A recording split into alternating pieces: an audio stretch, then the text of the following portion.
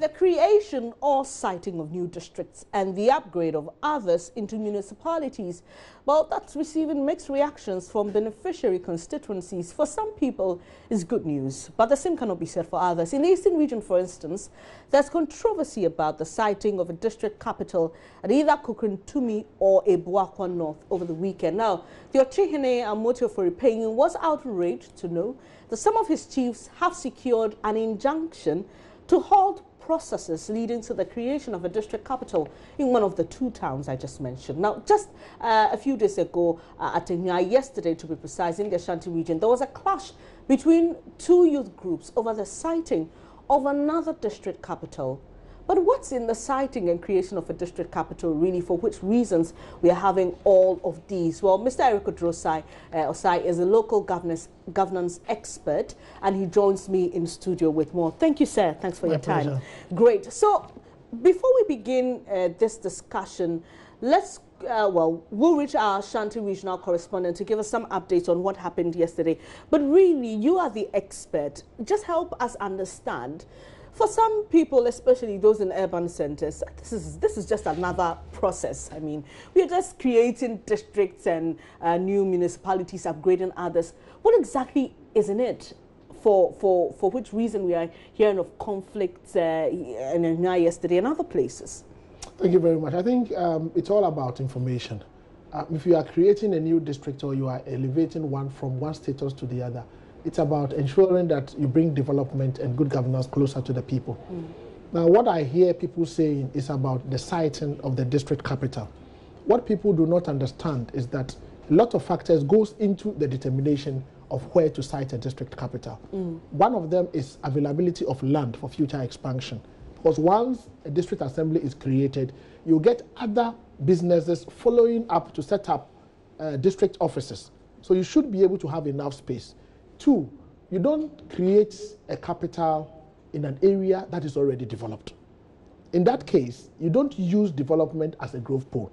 So you look at a very or seemingly undeveloped area, go and site the capital there so that other businesses will follow through so that the area will get developed. Three, the criteria that was taken into consideration in the siting of capitals, in the ones that were created recently, is that the constituency capital will be the district capital so that it will cut across all the country. So that is what happened. I think all that is happening boils down to education. We need to explain it to people. People would have to understand what at all is involved in the creation and what is in it for them and why district capitals are cited in certain places. So once we are able to do that, I think these things would reduce. So do you think we skipped that step then? Because Emiria is not the only place we're seeing this. We have reports from the Eastern region as well. And unfortunately, this leads to death. Did we skip that process of educating the people to understand, for example, if a district capital was going to be moved or if a place was being expanded or upgraded into a municipality and the capital was going to shift from one place to the other? Should there have been a certain engagement with the people? I think there were engagements. But let me also explain that the elevation of a district from a district to a municipal does not necessarily lead to the reciting of capital. The siting of capital comes in when new assemblies are created. So I would say that we did not do a lot of engagement, but that a bit was not skipped. So I think it is not too late. We'll have to engage them the more. But what people should also understand is that assemblies are created by executive instruments issued by the president, and they are established by a legislative instrument. And that legislative instrument clearly indicates where the capital is supposed to be. So once that LI passes through Parliament, that's the end of it. Nothing can be done about it. All we need to do is collaborate and work with the assembly to promote development. Now, looking at us, obviously always tout ourselves as the beacon of democracy. In Fuasi, for example, about 3 people have been confirmed dead, at least for now we know, and a couple others received, sustained some injuries because the district capital was being moved from Fuasi to Chidie, and there was conflict over that. Moving forward, what should we begin to do? Because whether we like it or not, we're still having some of these reports, like I keep mentioning, just yesterday. What should we be looking at as a society to prevent some of these things? Obviously, not losing lives over district capitals. It's rather unfortunate we've lost lives because people are arguing over the siting of district capital. It's rather unfortunate. I think going forward, what we can do is to get traditional authorities involved in this matter. They should be able to explain it to the youth.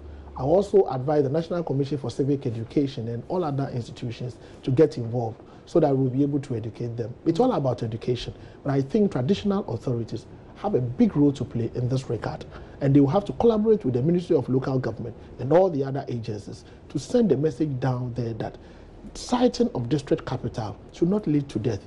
It is a way of deepening democracy. It's a way of using the district capital as a growth pole to bring development to the people. If we fight over it and we don't live to enjoy the benefits that the siting of the districts is expected to bring, then we've lost.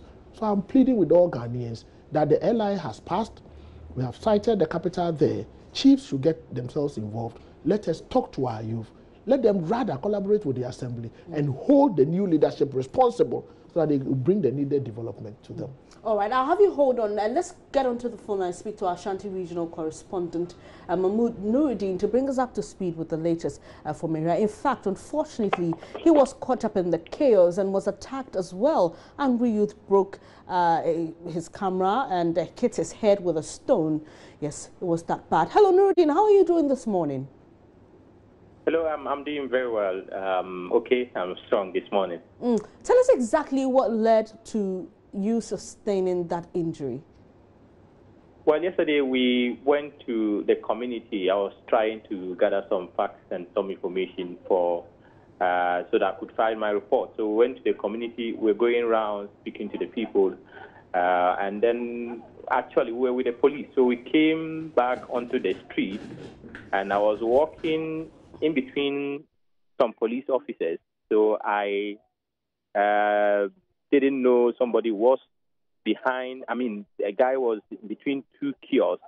So he came behind me and pulled my monopod. I was holding a monopod and my camera was on it. So he pulled the monopod from behind me.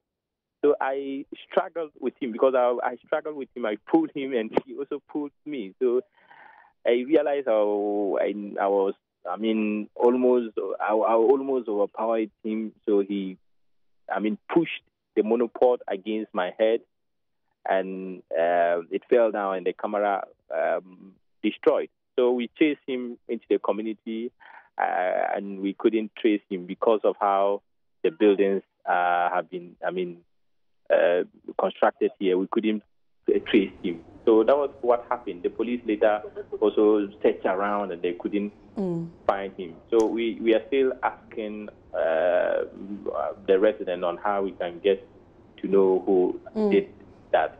All right. Really sorry that you had to go through that, Nuruddin. Now tell us about Enya and how's the place this morning? Well, what happened yesterday was that after the incident, and all of us left, and after the rainfall somewhere around 9, 10, some other 3 people were also attacked, and they have been hospitalized. 2 are now at Konfonochi, and 1 is now at Old Tafo Government Hospital.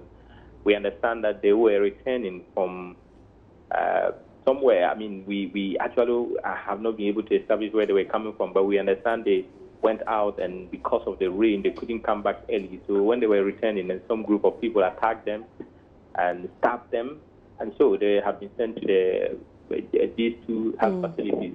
But what I can report now is that the place is calm, and both groups, leadership of both groups are speaking to them. And as I speak now, I'm currently at the Zongo community, and they are having a press conference right now. And among the issues they are talking, the reason is they want the police to do their work very well. They are accusing the police of arresting innocent people in the community, and that they are saying that it is not fair. So they want the police to see how they can handle this issue very well. They are also saying that in the past years, they have killed about 10 of their people.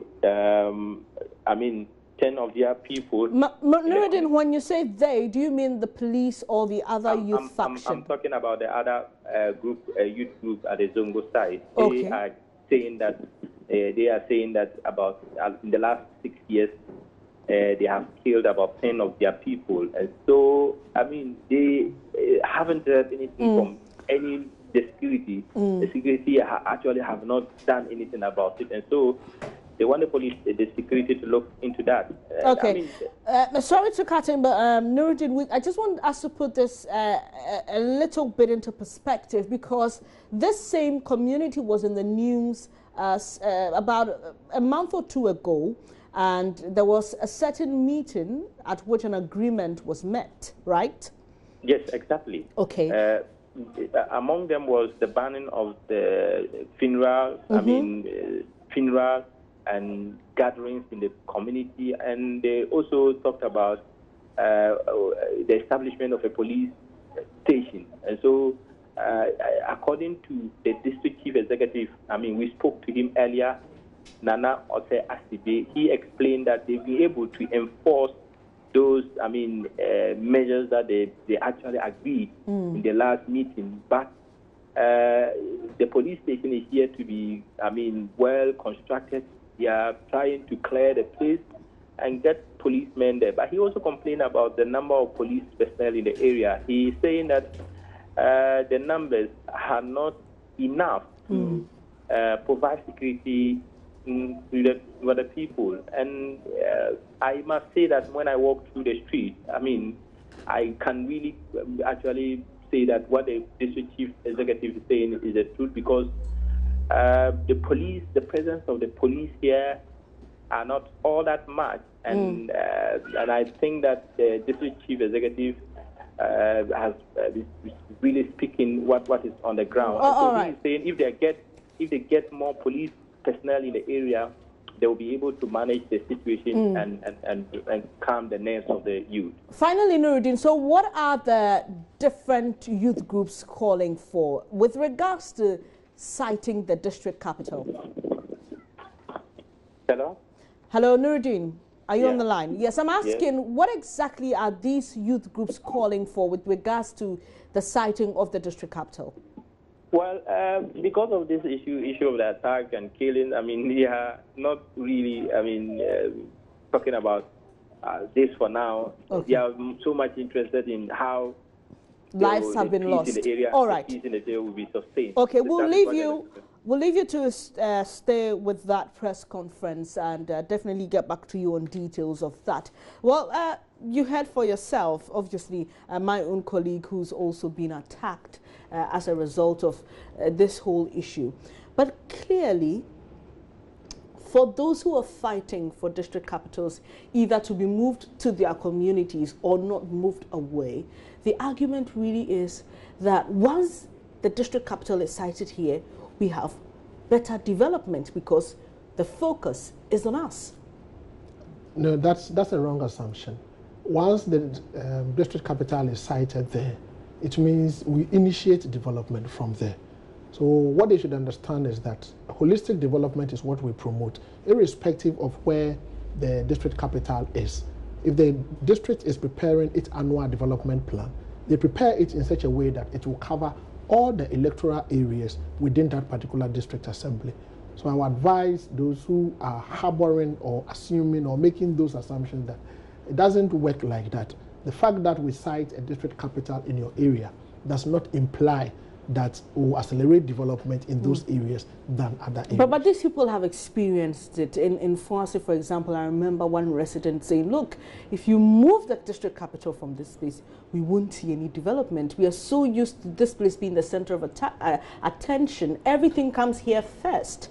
Isn't that the case? That should not be the case. But isn't that the case? That is not the case, because they have assembly members. And these assembly members work to ensure that there is development. The assembly, in the development of their development plans, always consult with the people. So I think it is some erroneous impression out there that we need to clear and clarify. Isn't it also a challenge of our development system? Well, in every development system, you use a pointer as a development growth pole. And in this instance, we are using the citing of capitals. So, yes, I agree with you. If it's a development challenge, then it means development communication is not being done well. That is the area I would agree with you. Because if we were to have done our development communication well, people would have understood the rationale behind the citing of capitals. That is why I need collective effort from opinion leaders, from faith-based organizations, from traditional authorities, and then from leadership of the district assemblies to meet and then agree amongst themselves as to the way forward, because it is local development we need. The fighting will not help us. In the local governance structure, whose responsibility is it to communicate this development? National Commission for Civic Education, the Assembly also have an information unit. The chiefs also have a role to play. So on the structure, all these actors are expected to work. And even to some extent, the Assembly members are expected to touch base with their people before and after every Assembly meeting. So they also have a role to play. So based on what we are seeing, would you say that these actors have failed? Well, they may have done their work, but to the extent that we are seeing some of these things on the ground, I can say they have failed, but there's more room for improvement. Thank you very much for your time, Mr. Eric. My pleasure. Osai, he is a governance expert, and we've been talking about the citing of new districts and also their capitals, which unfortunately has led to the loss of life.